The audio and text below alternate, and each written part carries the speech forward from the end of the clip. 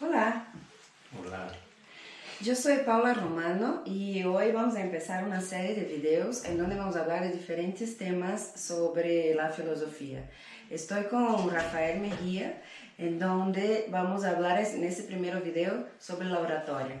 Hola Rafa, ¿cómo estás? Hola, muchas gracias. Qué bueno que estamos iniciando esta aventura del desarrollo de ideas filosóficas y bueno, pues con este interesante tema que me has invitado, me has convocado a desarrollar hoy.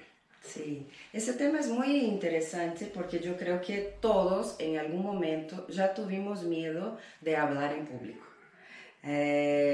Conmigo ya me ha pasado muchas veces en el trabajo, cuando tuve que exponer, cuando tenía que trabajar en una presentación.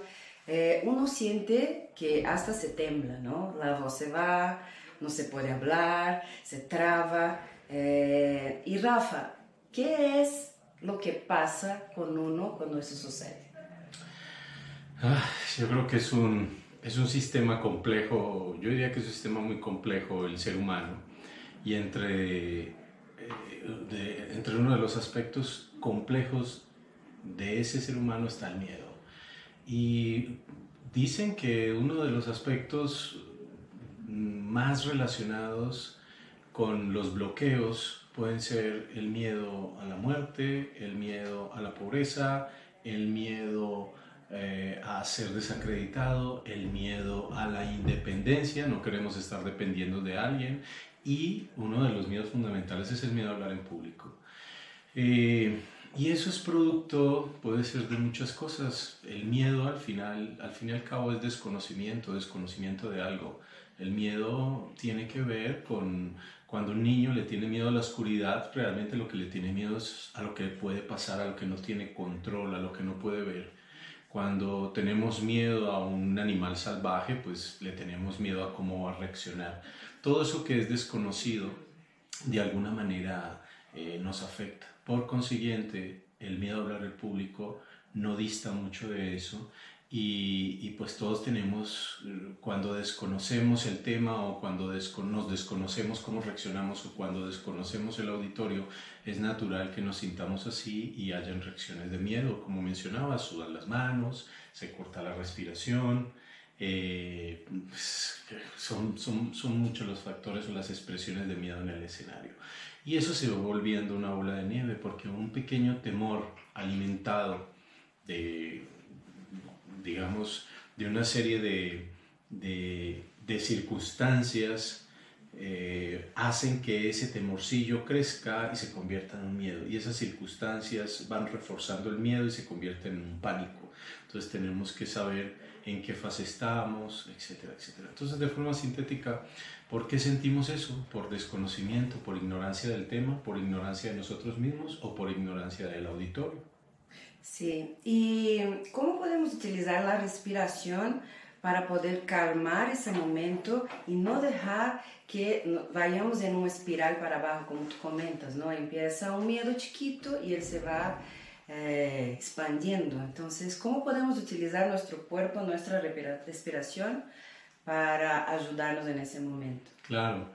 Pues la respiración como yo creo que es algo, cuando respiramos o aprendemos a respirar, pues se regula el ritmo cardíaco, digamos que nuestro flujo de aire oxigena bien todos los alveolos, etcétera. Hay todas unas reacciones fisiológicas que ayudan a la respiración y por esta razón es que no nos es extraño que en el budismo o en la meditación la respiración sea tan importante. Existen estos tipos de respiraciones, por ejemplo la clavicular, que le decimos la respiración de la chilindrina cuando estamos agitados. Ese tipo de respiración pues hace que el aire no pueda distribuirse adecuadamente y corta las palabras, corta el flujo de las ideas porque nos afecta emocionalmente. Es decir, el oxígeno, el aire, al distribuirse bien en el cuerpo, pues genera todo un sistema sereno que no solamente tiene que ver en lo fisiológico, sino que va en lo emocional y lo mental. Entonces, efectivamente, la respiración es un aspecto muy importante y esa respiración, por ejemplo, clavicular es limitada. La respiración intercostal, que baja un poco más el aire, ahí también el aire no llega a bajar lo suficiente. Pero cuando utilizamos una respiración diafragmática, es decir, una respiración que vaya muy, muy profunda, que le llamamos la respiración del bebé durmiendo, la respiración de la mascota durmiendo, o cuando nosotros dormimos, que el abdomen se expande, es una forma fisiológica y muy natural de respirar, donde estamos relajados. Y cuando estamos relajados, entonces emocionalmente no estamos tan ansiosos, mentalmente las ideas fluyen. De ahí que sí, la respiración es vital, es fundamental, y las técnicas de canto o las técnicas de meditación pues manejan muy bien el ciclo respiratorio, que es fundamental para cualquier cosa en la vida, no solamente para hablar, para pensar, para cantar, para nadar, para hacer deporte, para trabajar, para leer. Todo eso, cuando hay conciencia de la respiración, es muy importante. Entonces el punto de partida, Paula, de la oratoria tiene que ver con el fundamento, con la infraestructura básica de la respiración. Sí, y también yo lo que te quería preguntar, ¿cómo podemos utilizar la mente a nuestro favor? ¿No? Porque a veces como que somos nuestros peores enemigos, ¿no? Muchas veces, no sé si ustedes están de acuerdo, pero a veces nos sentimos súper nerviosos, pero los demás ni perciben. Entonces, ¿cómo podemos hacer para que no nos sentamos tan con esa voz, ¿no? Que nos deja que nuestra autoestima baje? ¿Qué podemos hacer? Claro, eso es un autosabotaje que uno se hace. Y uno dice, uno por dentro se juzga muy fuerte. Y eso al final es muy propio de la naturaleza de la mente. La mente tiende a criticar mucho, la mente tiende a separar, y esa es la naturaleza de la mente, porque gracias a esa crítica, a ese juicio, a esa separación, pues la mente racional puede entender cosas, pero también, si no somos conscientes de eso, puede volverse un gran juez en contra de nosotros, y entonces eso va a hacer que de alguna manera esos pensamientos redundantes, esa forma tan rígida de vernos a nosotros mismos, afecta nuestra emocionalidad, pues nuestra emotividad, y esa emotividad hace que nos sintamos nerviosos, que nos sintamos poco aceptados, que nos sintamos en ridículo, y eso a su vez pues va a quitarle energía a lo que estamos diciendo, va a quitarle sentido a lo que estamos diciendo. Entonces ese flujo de ese pensamiento sutil, esas ideas, va bajando hasta que se convierte en palabras nerviosas, en palabras cortadas,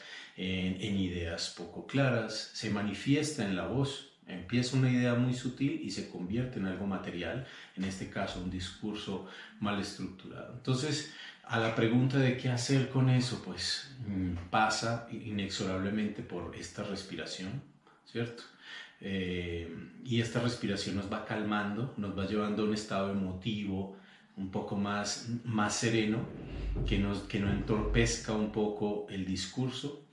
Y por supuesto, cuando la mente está clara, está estructurada, ha preparado su discurso, pues naturalmente va a haber un flujo, no va a haber ese autosabotaje. Vamos a estar tan ocupados en percibir al otro, tan ocupados en la idea, que ese ocio que nos da el desconocimiento de las cosas, pues ya no va a tener tiempo de sabotearnos ni emocionalmente ni mentalmente. Entonces, ¿qué hay que hacer? Efectivamente, serenarnos, respirar, entender el lenguaje gestual, entender el flujo natural fisiológico de la voz, y por consiguiente ir comprendiendo también la naturaleza del miedo, de las emociones, y estructurar y memorizar bien un discurso van a ayudar a que a lo mejor no nos saboteemos tanto. Sí, y también tener claro que la idea es más grande que nosotros, ¿no? O sea, lo que queremos decir debe de tener más valor de que estemos tan autocentrados en nosotros mismos, si estamos nos viendo bonitos, si estamos hablando bien. Yo creo que la idea debe de ser la maestra en ese momento. Sí, claro, claro. Cuando la idea está clara, naturalmente baja por todos estos aspectos que estamos mencionando. Pero para poder tener las ideas claras no solamente hay que investigarlas, hay que vivirlas, porque solamente las experiencias hacen que las ideas puedan tomar formas y se puedan integrar a uno. Entonces, darle preponderancia a la idea, si podemos decirlo así, al arquetipo, como lo decía Platón, a lo que nosotros queremos comunicar con lo demás. Yo traduciría el darle importancia a la idea es conectarnos con el otro. El darle importancia a la idea es que esa idea la quiero compartir. No sé si sabes que el fuego es de las pocas cosas que al compartirse no se acaba. Entonces, igual la transmisión, la educación, cuando tú usas la oratoria y transmites y te comunicas, pues no se acaba, el conocimiento se multiplica, son de las cosas, si tú repartes agua, el agua se acaba, si tuvieras que repartir un aire escaso, se acaba, pero el conocimiento y el fuego no, se multiplica.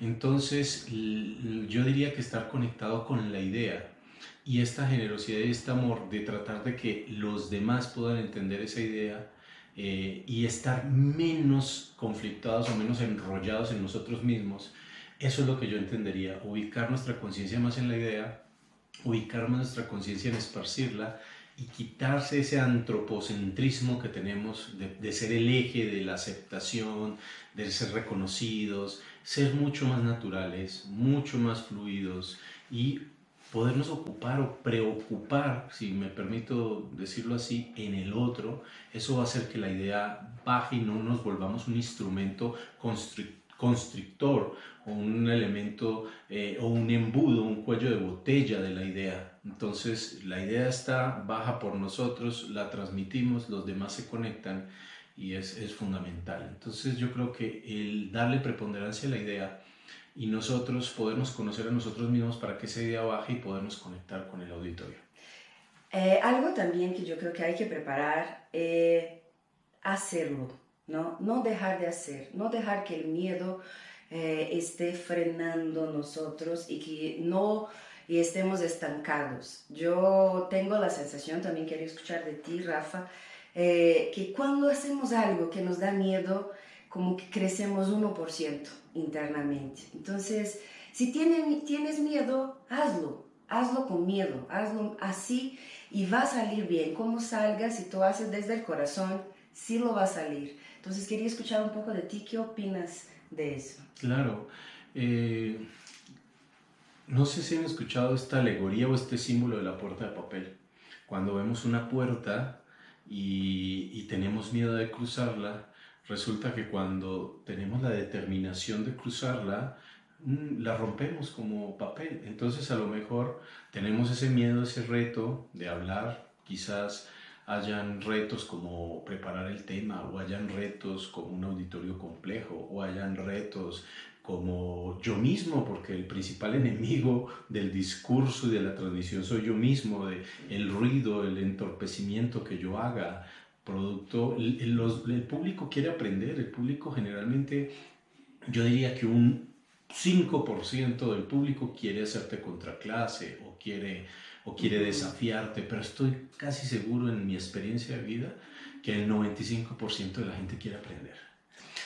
La puerta de papel al final es un símbolo porque cuando ya la cruzamos ya desaparecen todo ese montón de obstáculos. Es muy importante tener espíritu de victoria y ese espíritu de victoria es lo que realmente te fortalece, es lo que realmente te quita todos esos paradigmas, esos límites. Entonces coincido contigo, si tenemos una prueba, ya sea de hablar o de cualquier cosa en la vida, como lo llaman, el camino del héroe, el enfrentar esos dragones, pues es muy importante porque no solamente es que ganas algo, es espíritu de victoria. Y yo creo que algo que es fundamental es que cuando cruzas esa puerta, siempre es ganancia, porque si es un fracaso se aprende, si es un triunfo se aprende. Entonces, pues no hay pérdida. Y cuando estamos en ese estado de conciencia donde atrevernos con valentía a cruzar esa puerta de papel y a no claudicar en el camino, pues no va a haber pérdida. No, siempre hay aprendizaje, sea A o sea B. Es difícil tener ese estado de conciencia, pero yo creo que es un ideal a seguir. Sí, es un ideal y siempre que da miedo yo creo que sí hay que cruzar esa puerta de papel que dices porque vas a salir mejor, sin duda ninguna. Y Rafa, ¿cómo uno puede aprender, no? ¿Qué es lo que tú recomiendas que una persona haga para se ver más natural, para que pueda hablar en público, para que pueda como que controlar ese miedo, quizá no pueda acabar con él, pero pueda controlarlo, ¿no? ¿Qué es lo que tú recomiendas? ¿Hay algún curso que se pueda hacer? ¿Hay Sí. libros? Sí, por supuesto que uno se puede formar y educar, como dicen, el orador nace o el orador se hace.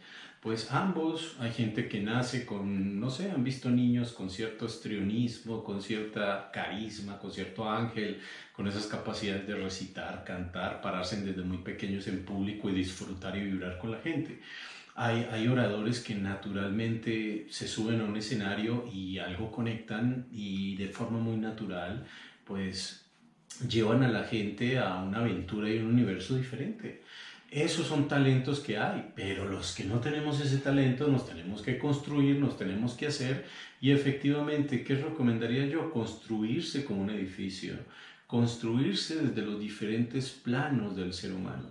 Y el ser humano tiene los aspectos físicos, que es como su estructura más grosera, su estructura, digamos, más densa, más material, y en la oratoria, en la oratoria el componente más denso tiene que ver con la voz, con el manejo de la voz, con el manejo de la respiración y por consiguiente, como lo mencionamos al principio, las técnicas de canto pueden ser muy útiles, el conocimiento del valor de las palabras es útil, el manejo de la respiración y de las características del sonido son importantes.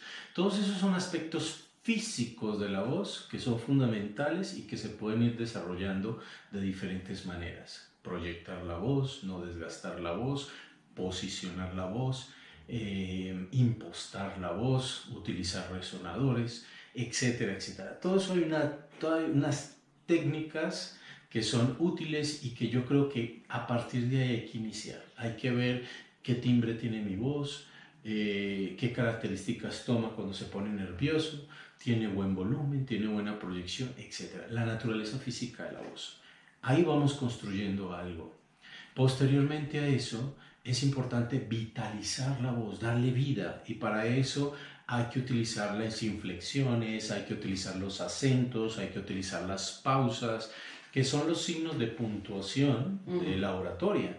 Y como el lenguaje gestual dice muchas cosas, a veces comunicamos más con las manos, con nuestras expresiones, que con la misma voz. Entonces vitalizamos las palabras, le ayudamos a que esas ideas fluyan a través de las manos, fluyan a través de ciertas expresiones y le vamos dando vida.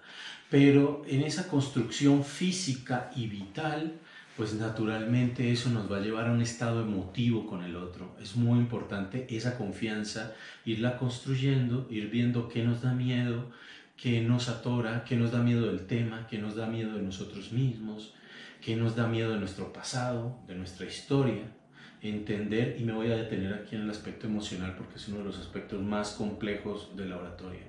Yo creo que es muy importante hay que ir en retrospectiva qué es lo que nos afecta. A algunos les da miedo por una mala experiencia niños o por tener familias autoritarias o porque algún alumno mío en oratoria alguna vez su padre murió en un escenario, le dio un ataque cardíaco dando un discurso y entonces pues hay un evento traumático. Entonces yo creo que todos tenemos que ir hacia atrás. Y en ese recuerdo que va del pasado te trae al presente y la intersección entre ese pasado y ese presente es la memoria. Entonces tenemos que tener una memoria selectiva, consciente de qué es lo que nos atora. ¿Para qué? Para que ese presente junto con un futuro nos dé una imagen, una imaginación de qué queremos que pase, cómo queremos modificar eso. Entonces en los aspectos psicológicos, filosóficamente o psicológicamente hablando, es muy importante ver qué hemos memorizado, y con cierta inteligencia poder seleccionar esto proviene de mi crisis, esto proviene del pasado, poderlo limpiar, depurar para que en el presente podamos estar más tranquilos y lanzar una imagen de lo que queremos porque esas imágenes se plasman. Entonces, en el aspecto emotivo es muy importante ir a esa memoria, es muy importante conocernos a nosotros mismos, es muy importante ser un poco menos juicioso y un poco más amorosos con uno mismo. Bien, entonces ahí transitamos por ese plano emotivo, por ese plano de la confianza. Y esa confianza se irradia, esa confianza la percibe el otro y ahí vamos construyendo. Entonces reitero, vamos por el plano físico, técnicas de respiración, el plano vital, todo lo que tiene que ver con lo que vitaliza la voz, la modulación, los acentos, plano emotivo, la confianza y por último, fundamental, el estudio del discurso, el estar claro de lo que quieres decir, el tener clara la idea y para eso hay que saberla memorizar, hay que saberla estructurar, hay que saberla ordenar, hay que saberla argumentar y eso tiene sus técnicas o sus formas de trabajo. Esa construcción humana de la oratoria, esos 4 elementos físico, energético, emocional y mental, va a hacer que inexorablemente te conectes con algo trascendente, con algo superior del otro y el otro simplemente abra su alma y te escuche y simplemente se relaje.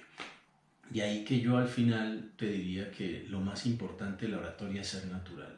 Sí, me gusta mucho eso de la construcción, ¿no? De que vayamos construyendo a nosotros mismos y que nos deparamos, ¿no? Con nuestros miedos y para eso también tener espacio para poder contar algo al otro. Todos tenemos, siento que todos tenemos y a veces no nos atrevemos. Y eso es la propuesta aquí. Yo quería que tú contaras un poco sobre el curso de oratoria que tenemos en el Centro Cultural. Me ha ayudado mucho, yo lo tomé, tuve la suerte de tomarlo y la verdad es que me ha ayudado mucho en el momento que tengo que hacer presentaciones, a trabajar con la respiración. Quería escuchar a ti cómo es ese curso y qué es lo que las personas van a aprender en él. Claro, un curso, generalmente lo que se entiende por un curso de oratoria tiene que ver mucho con técnicas de persuasión, de convencimiento, y por eso a veces los discursos de oratoria pudieran parecer acartonados, rígidos, impostados, simulados, hasta con cierto toque de manipulación. Como que si me paro así, me creen una cosa, si digo así, proyecto otra cosa, ¿sí? Todos esos juegos quitan naturalidad. Yo voy no en contraposición, pero creo que esa no es la mejor manera de comunicar, o por lo menos a mí no me conecta a alguien necesariamente que sea elocuente técnicamente y a lo mejor muy bien con una estructura argumentativa fuerte, pero a mí lo que realmente me conecta es la naturalidad. Lo que me conecta es cuando siento el corazón del otro, cuando siento algo genuino. Entonces el curso de oratoria lo que busca, más que técnicas acartonadas de persuasión, lo que busca es que las personas se conozcan un poco a sí mismos, puedan entrar en contacto con esa esencia para que puedan expresarse de forma natural y las ideas fluyan de forma natural. Entonces es un curso que tiene un componente altamente humano, más que un curso técnicamente, tiene su técnica, tiene su estructura, pero su acento, su énfasis o su centro es lo humano. ¿Y qué significa lo humano? Pues darnos cuenta que no sabemos ni respirar, darnos cuenta la importancia personal y el miedo que tenemos a ser desacreditados.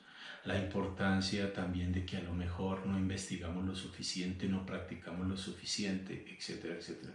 Entonces es un curso con un matiz humano y le ponemos una serie de componentes como el Lego Serious Play, o sea, jugar con modelos de Lego, de colores, y eso va relajando y nos va soltando un poco el habla.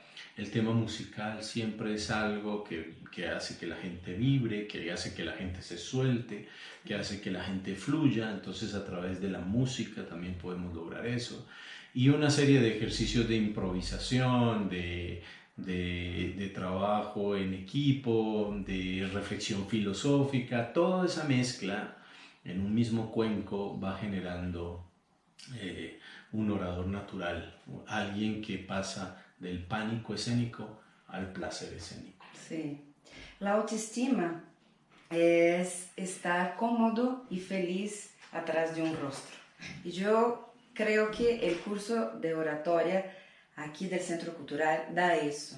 Mejora tu autoestima, hace con que tú puedas mirar hacia adentro para poder hablar con los demás y salir un poco de que ese autocentrado, ¿no? Estar más tranquilos y que tenemos un mensaje a pasar, ¿no? Yo creo que más que lo que conecta es la buena vibra, ¿no? La buena intención es querer hacer desde el corazón. Y yo creo que aquí se puede aprender sobre eso y sobre uno mismo. Pues yo, Rafa, agradezco mucho. Espero que te haya gustado estar aquí y que grabemos muchos videos más. Claro, ¿no? Muchas gracias, Paula. Y un tema tan importante que le es propio al ser humano como es la voz, la palabra, el significado de las palabras, el símbolo de las palabras, la transmisión. Es un gran poder y pues qué bonito participar de esto, tener esta experiencia, esta vivencia. Ojalá puedan venir a tener esta experiencia del curso y darse cuenta que vine de un curso de oratoria, pero al final resulté comprendiendo más de la vida, comprendiendo más del otro, comprendiendo más del universo, de muchas otras cosas que forman parte de ese universo que somos. Entonces, sí, maravilloso y maravilloso que la carga de la filosofía de un ser humano idealista, filósofo, que entiende, que trata de entender al ser humano, que trata, y lo que acabas de mencionar, de hablar con el corazón. Yo creo que eso es lo más importante del curso, poder conectar y hablar con el corazón. Algunos dirán, no, pero es que yo necesito vender más, yo necesito litigar mejor, yo necesito... Por supuesto, todas esas aplicaciones y expresiones pueden haber si hay un ser humano atrás que comprende lo que necesita transmitir y que entiende a ese cliente, que entiende a ese alumno, que entiende a ese paciente, que entiende, y es muy importante estructurar esa fuente, ese origen, esa causa que emana las ideas, y cualquier aplicación va a ser posible. Así que el curso lo podemos adaptar a vendedores, a abogados, a maestros, porque es fundamentalmente humano. Sí. Y mientras mejor estemos, mejor será la comunidad, mejor será el trabajo, mejor será la venta. Entonces te invitamos al próximo curso. Yo voy a dejar los detalles aquí por escrito y será un gusto recibirlos. Un abrazo. Chao, gracias.